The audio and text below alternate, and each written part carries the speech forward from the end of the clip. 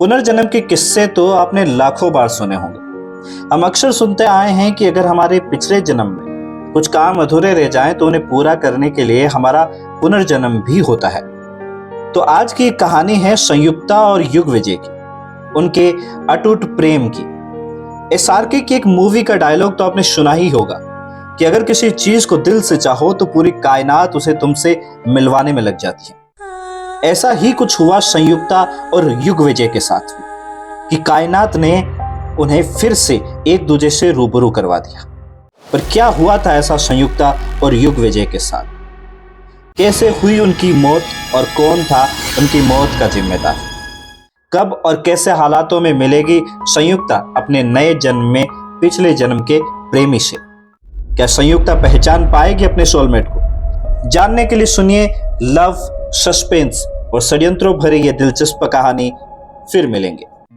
कहानी शुरू होती है मुंबई शहर से, मुंबई शहर का राठौड़ विला, जहां श्रुति अपने कमरे में नींद में ही पूरी तरह से घबराई हुई सी लग रही थी और जोरों से चिल्लाए जा रही थी, नहीं ऐसा नहीं हो सकता, मत मारो मुझे, भगवान के लिए छोड़ दो मुझे प्लीज।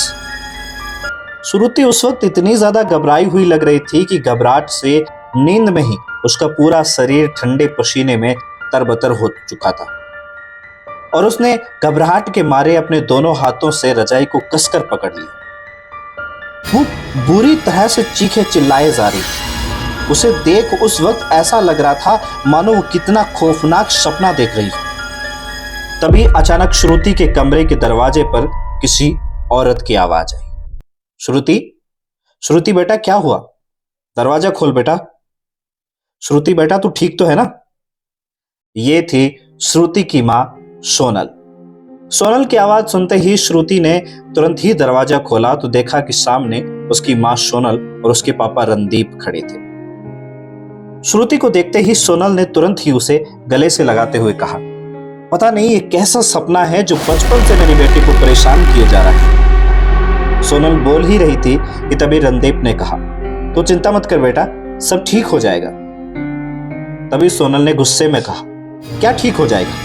इतने साल हो गए लेकिन वो एक सपना मेरी बेटी को आज भी परेशान करता है। इतने सालों से एक ही सपना। उसने बोला था कि वो जिंदा नहीं छोड़ेगी, वही मेरी बेटी को परेशान कर रही है। तभी घबराई हुई सी आवाज में श्रुति ने कहा, वो मुझे मार डालेगा मम्मा, वो नहीं छोड़ेगा मुझे। कौन मारेगा तुझे? कौन नहीं छोड़ेगा? देखो देखो बेटा, तुम हमारे साथ हो यहाँ। ये एक मामूली सपना है बेटा, इन सब से इतना नहीं घबराते। तुम पानी पी लो और सो जाओ, कल कॉलेज भी तो जाना है ना। अगले दिन सुबह हुई और रोज की तरह श्रुति अपनी कार में बैठ कॉलेज की तरफ निकली। श्रुति देखने में बेहद खूबसूरत थी। उसकी सुरहाई सी गर्दन, कटीले नयन नक्श और कमर तक झूलते लंबे रेशमी बाल उसकी खूबसूरती को चार चांद लगाने के लिए काफी थे। रात के हादसे की वजह से श्रुति को कॉलेज जाने में काफी लेट हो गया था, इसलिए वो काफी घबराई हुई सी अपने हाथों में कुछ नोट्स लिए उन्हें पढ़ते हुए जा ही रही थी। तभी सामने से किसी शख्स से श्रुति का टकराना हुआ और श्रुति के हाथों में मौजूद सभी पेपर्स नीचे गिर गए। श्रुति ने सामने वाले इंसान पर ध्यान नहीं दिया और पेपर्स उठाते हुए सामने वाले शख्स को गुस्से में कहने लगी, अंधे हो क्या? दिखाई नहीं देता तुम्हें? मेरे सारे नोट्स गिरा दिए। सामने खड़ा शख्स जो अभी अभी श्रुति से टकराया था, श्रुति की मदद करने लगा और मदद करते हुए ही वो तुरंत बोल पड़ा, सॉरी वो आपको। ऐसा कहते हुए उसकी नजर जैसे ही श्रुति के खूबसूरत चेहरे पर पड़ी, वो माने उसे देखता ही रह गया और उसे कुछ होश ही नहीं रहा कि श्रुति उसे क्या बोल रही है और क्या नहीं। वो तो बस श्रुति को एकटक देखे जा रहा था। श्रुति ने अपने नोट्स उठाए और क्लासरूम की ओर निकल पड़ी, लेकिन उसकी नजर अभी भी श्रुति को ही देखे जा रही थी। ये शख्स था ध्रुव सिंघानिया, जो उस कॉलेज का सबसे हैंडसम लड़का था। ध्रुव ने श्रुति को कॉलेज में पहली बार देखा था क्योंकि वो कॉलेज में नई थी और आज श्रुति का कॉलेज में पहला दिन था। ध्रुव ने जैसे ही क्लासरूम में एंटर किया, उसकी नजर अनजाने में ही श्रुति पर जा टिकी और वो श्रुति के पास जाकर बैठ गया। तभी श्रुति ने गुस्से में ध्रुव से कहा, तुम्हारी प्रॉब्लम क्या है? तुम्हें और कोई जगह नहीं मिली क्या? तभी एक शरारती भरे अंदाज में ध्रुव ने कहा, क्या करूं, जब से तुम्हें देखा है तब से कुछ और दिखाई ही नहीं देता। पता नहीं तुमने क्या जादू कर दिया मुझे। ध्रुव के मुंह से अचानक ऐसी बात सुन श्रुति स्तब्ध रह गई, क्योंकि श्रुति को आज तक किसी लड़के ने ऐसी बात नहीं कही थी। ध्रुव एक ही झलक में श्रुति को मन ही मन पसंद करने लगा था। श्रुति को कॉलेज में करीब 1 साल हो चुके थे और इस बीच श्रुति के काफी दोस्त भी बन चुके थे। पर इस 1 साल के बीच कोई ऐसा दिन नहीं रहा होगा जब ध्रुव ने श्रुति को इम्प्रेस ना करना चाहा हो। पर 1 साल बाद ध्रुव के लाइफ में वो दिन आ ही गया था जो ध्रुव की लाइफ का सबसे खास दिन बनने वाला था, क्योंकि उस दिन था रोज डे और ध्रुव के पास एक अच्छा मौका था श्रुति को प्रपोज करने। रोज की तरह श्रुति अपनी कॉलेज की ओर निकल पड़ी। कॉलेज पहुंचने के बाद वो कॉलेज के कैफेटेरिया में अपनी फ्रेंड अवनी के साथ बैठी थी, पर तभी अचानक पीछे से रोमांटिक सॉन्ग की आवाज उसके कानों में पड़ी, जो ध्रुव का फ्रेंड बजा रहा था और उसके ठीक सामने हाथ में रोज लिए ध्रुव खड़ा था। बड़े ही फिल्मी अंदाज में ध्रुव धीरे से श्रुति के पास पहुंचा और नी के सहारे बैठ उसे प्रपोज किया। Hey Shruti, will you be my girlfriend? हाँ कर दो ना यार, 1 साल हो गया, अपनी फीलिंग्स को मन में रखियो। तभी श्रुति के पास बैठी उसकी फ्रेंड अवनी ने धीरे से उसके कान में, हाँ कर दे श्रुति, ज्यादा मत सोच, तुझे ध्रुव जैसा हैंडसम और इतना प्यार करने वाला लड़का फिर कहीं नहीं मिलेगा। अवनी की बात सुन श्रुति हाँ कर देती है और उसका ये जवाब सुनते ही ध्रुव का तो मानो खुशी का ठिकाना ही नहीं रहा। ध्रुव खुशी से झूम उठा और ध्रुव को देख श्रुति के चेहरे पर एक प्यारी सी मुस्कान झलक पड़ी। अब ध्रुव श्रुति का पहले से भी ज्यादा ख्याल रखने लगा था। दोनों कॉलेज में हमेशा साथ साथ रहते थे। श्रुति और ध्रुव के रिलेशनशिप को करीब 6 महीने बीत चुके थे। एक दिन श्रुति कॉलेज के कुछ नोट्स लेने ध्रुव के घर पहुंची। ध्रुव ने दरवाजा खोला। उसने जब उसे देखा तो एक पल के लिए देखता ही रह गया। श्रुति रोज की तरह काफी खूबसूरत लग रही थी, पर उस दिन उसने ब्लैक कलर का टॉप और जींस पहना था, जो जिसमें वो और भी अच्छी लग रही थी। अरे श्रुति, तुम आओ ना, कोई बात थी तो मुझे कॉल कर लेती, मैं खुद आ जाता तुम्हारे पास। श्रुति ने कहा, वो कॉलेज के कुछ पेंडिंग असाइनमेंट थे जिनको पूरा करने में मुझे तुम्हारी हेल्प चाहिए। तभी ध्रुव ने कहा, अरे श्योर, क्यों नहीं, तुम अंदर आओ, बैठो, मैं तुम्हारे लिए पानी लेकर आता हूँ, फिर हम साथ मिलकर असाइनमेंट कंप्लीट कर लेंगे। थोड़ी देर बाद ध्रुव और श्रुति दोनों मिलकर कॉलेज का असाइनमेंट कंप्लीट करने लगे। तभी अचानक ध्रुव की नज़र श्रुति के चेहरे पर जा टिकी। उसे देखते हुए ध्रुव श्रुति के कुछ नजदीक पहुंचा, जिसे देख श्रुति की दिल की धड़कनें तेज हो गई और तभी अचानक उसकी आंखों के आगे किसी अनजान शख्स का धुंधला सा चेहरा आने लगा। इसके साथ ही उसे अपने चारों ओर काफी सारी अजीब सी आवाजें सुनाई देने लगी। उसे ऐसा लग रहा था मानो जैसे कोई उसे बुला रहा हो। तभी अचानक पता नहीं उसे क्या हुआ कि उसने ध्रुव को धक्का देकर अपने से दूर कर दिया और गुस्से से तमतमाते हुए ध्रुव से कहा, how dare you touch me, तुम्हारी हिम्मत कैसे हुई मुझे छूने की। ऐसा कहते ही वो गुस्से में वहां से चली गई। पर उसे उस वक्त खुद को कुछ समझ नहीं आया कि उसे आखिर इतना गुस्सा आया क्यों उसे ध्रुव का अपने नजदीक आना पसंद नहीं आया और वो अजीब सी आवाजें क्यों आ रही थी उसके कानों में। कौन बुला रहा था उसे, पर जबकि वहां तो उसके और ध्रुव के अलावा कोई था ही नहीं। पर बाद में श्रुति को अपनी इस हरकत पर काफी शर्मिंदगी महसूस हुई। वह जल्द से जल्द ध्रुव से माफी मांगना चाहती थी और यही सोचकर कॉलेज पहुंचते ही उसकी निगाहों ने सबसे पहले ध्रुव को ही ढूंढा और उससे माफी मांगी। पर ध्रुव पिछले दिन की बातें भूल चुका था, इसलिए उसने श्रुति से कहा, अरे यार कोई बात नहीं, बड़े बड़े शहरों में ऐसे छोटे छोटे हादसे होते रहते हैं। ध्रुव की बात सुन श्रुति हंस पड़ी और दोनों लेक्चर अटेंड करने क्लासरूम की ओर चले गए। कॉलेज का लेक्चर अटेंड करने के बाद श्रुति के सभी फ्रेंड्स ने जयपुर घूमने जाने का प्लान बनाया और श्रुति भी जयपुर जाने के लिए काफी ज्यादा एक्साइटेड थी। पर जैसे ही श्रुति ने यह खबर उसकी माँ सोनल को सुनाई तो उसने साफ मना कर दिया। तभी श्रुति ने अपने पापा से कहा, देखो ना पापा, मुझे जयपुर जाने का कितना मन है और मम्मा मुझे जाने नहीं दे रही। श्रुति की बात सुन रणदीप ने कहा, अरे भाई जाने दो हमारी बिटिया को जयपुर, 4 दिन की तो बात है।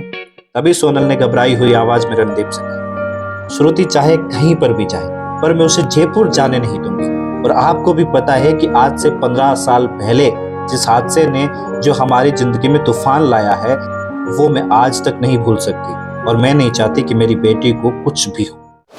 तभी गुस्से में तमतमाते हुए श्रुति ने कहा, 15 साल पहले ऐसा क्या हुआ था आप लोगों के साथ जिसके बारे में आप लोग मुझसे छुपाते आए हो, और क्यों है मेरी जान को खतरा? मैं तंग आ गई ये सब सुनकर कि वो मार डालेगी। कौन मार डालेगी मुझे? हम तो जयपुर में ही रहते थे ना, तो क्यों आए हम यहाँ? आज तो आपको बताना ही पड़ेगा जिस पिछले 15 सालों में ऐसा क्या हुआ जिस वजह से आप इतना डरती हैं।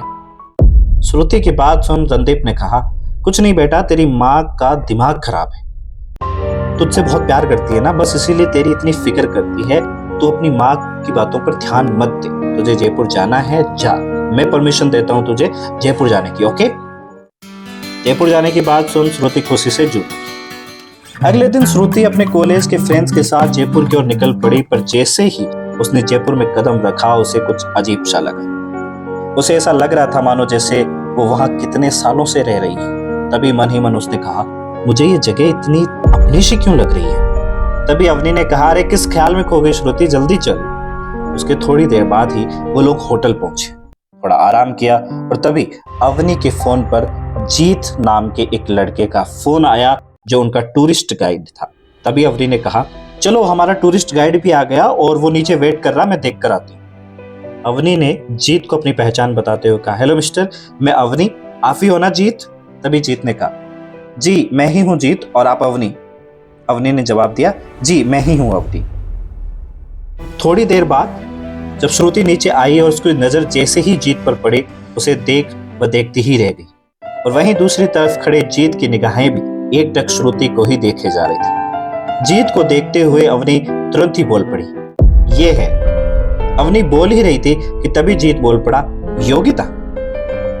जीत के मुंह से योगिता नाम सुन श्रुति को ऐसा लग रहा था मानो उसने ये नाम पहले भी कहीं सुना हो। तभी अवनी ने कहा, अरे ये योगिता नहीं है, ये तो श्रुति है। तभी श्रुति ने जीत से कहा, योगिता? कौन है योगिता? श्रुति बोल ही रही थी कि उसी वक्त जीत का एक फ्रेंड जो एक बस ड्राइवर था और साथ ही जीत का फ्रेंड भी था, वो तुरंत ही बोल पड़ा, अरे मैडम, योगिता इसके सपनों की प्रेमिका है, वो रोज इनके सपनों में आती है और इन्हें बुलाती है। पर मिस्टर जीत, आपकी सपनों की प्रेमिका आपके सपनों में ही मिलेगी, यहाँ नहीं।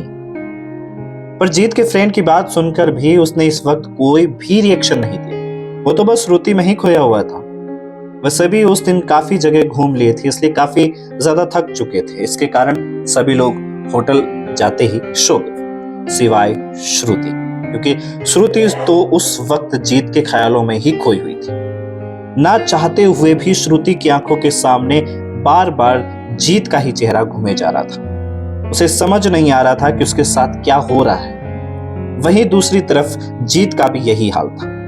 जीत को हमेशा एक ऐसा सपना आता था जिसमें कोई योगिता नाम की लड़की उसे पुकार रही है, पर आज ना जाने क्या हुआ उसके साथ कि श्रुति को देखते ही उसे उसके सपनों में आने वाली योगिता का नाम याद आ गया। तभी जीत मन ही मन कहने लगा, ये तुझे क्या हो रहा है जीत?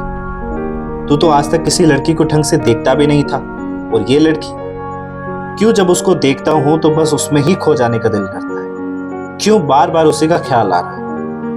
वहीं दूसरी तरफ जीत के ख्यालों में खोई श्रुति ने मन ही मन कहा, मुझे क्या हो रहा है? ये कैसा एहसास है जो आज तक मुझे नहीं हुआ। यही सोचते हुए अचानक ही श्रुति को नींद आ गई, और तभी अचानक ही उसे फिर से वही सपना आ गया जो बचपन से एक साये की तरह उसका पीछा कर रहा था।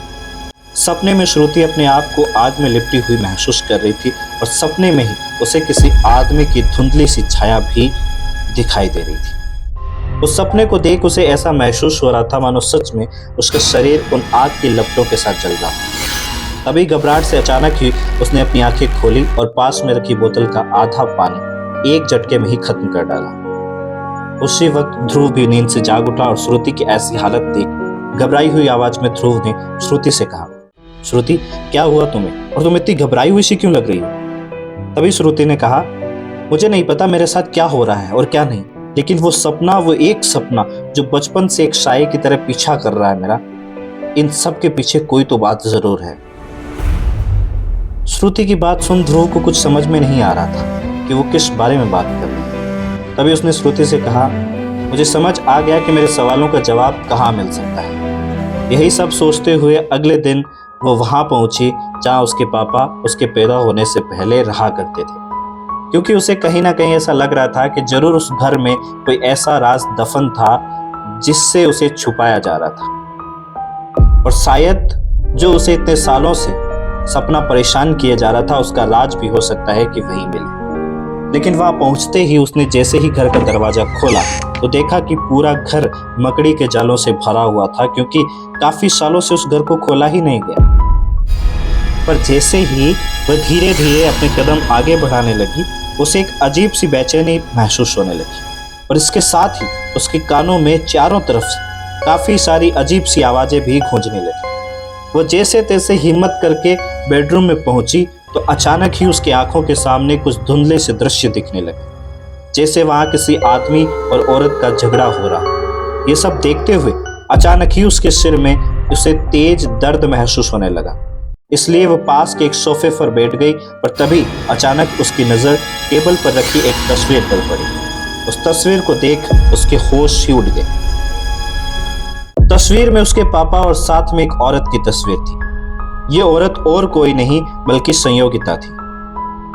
तभी अचानक घबराहट से उसने उस फोटो को वहीं छोड़ दिया और भागती हुई घर के पीछे के दरवाजे की तरफ गई, जहां उसके सामने धुंधलापन लिए ठीक वही मंजर दिख रहा था जो अक्सर उसे अपने सपने में दिखाई देता था। उसके सामने पूरा सीन एक मूवी क्लिप की तरह चल रहा था, जहां एक औरत आग की लपटों में जल रही थी और मदद की गुहार लगा रही थी।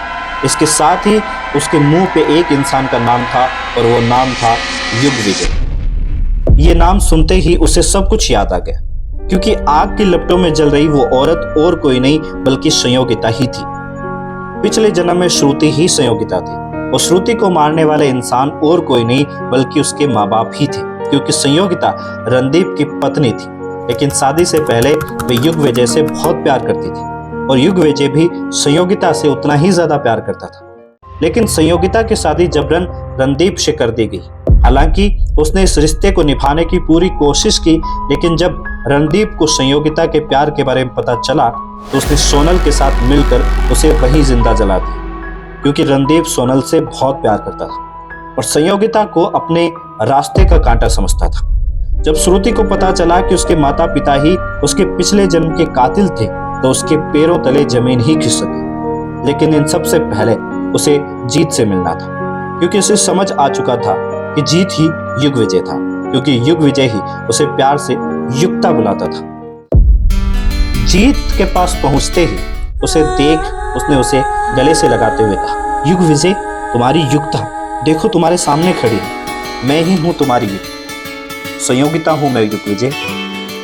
इसके बाद उसने युगविजय के सामने सारी बातें बता दी, जिससे उसे सब कुछ याद आ गया। लेकिन अभी भी उसे एक काम और करना था जो बाकी था। जीत के साथ श्रुति अपने माँ पापा के घर पहुंची तो श्रुति को देख उसकी माँ की आंखें चमक उठी और उसने खुशी से श्रुति को गले लगाते हुए कहा, श्रुति बेटा तू आ गई। तभी गुस्से से तमतमाई हुई श्रुति ने सोनल को अपने से दूर करते हुए कहा, दूर रहो मुझसे और अब से मुझे अपनी बेटी मत कहना, क्योंकि ये हक आप तब खो चुकी है। आप हमेशा कहती थी ना कि वो मुझे मार डालेगी।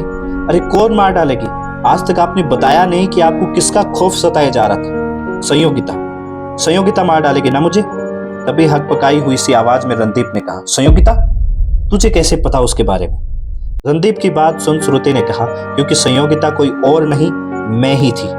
आप दोनों ने ही मिलकर मुझे मेरे पिछले जन्म में मारा था, लेकिन कुदरत का करिश्मा तो देखो पापा, उसी संयोगिता ने इस जन्म में आपकी बेटी बनकर जन्म लिया। कहते हैं कि प्यार अगर सच्चा हो तो दुनिया की कोई भी ताकत उन्हें मिलने से नहीं रोक सकती। तो ये थी संयोगिता और युग विजय की प्रेम कहानी, जिसमें कायनात ने उन्हें आखिरकार एक दूसरे से मिलवा ही दिया। कैसी लगी आपको ये कहानी और इस कहानी का कौन सा पार्ट आपको सबसे ज्यादा अच्छा लगा, कमेंट सेक्शन में कमेंट करके जरूर बताएं। अगर आपको हमारी कहानी पसंद आती है तो ऐसी ही और भी दिलचस्प कहानियां सुनने के लिए हमारे YouTube चैनल एहसास FM को सब्सक्राइब करना ना भूलें।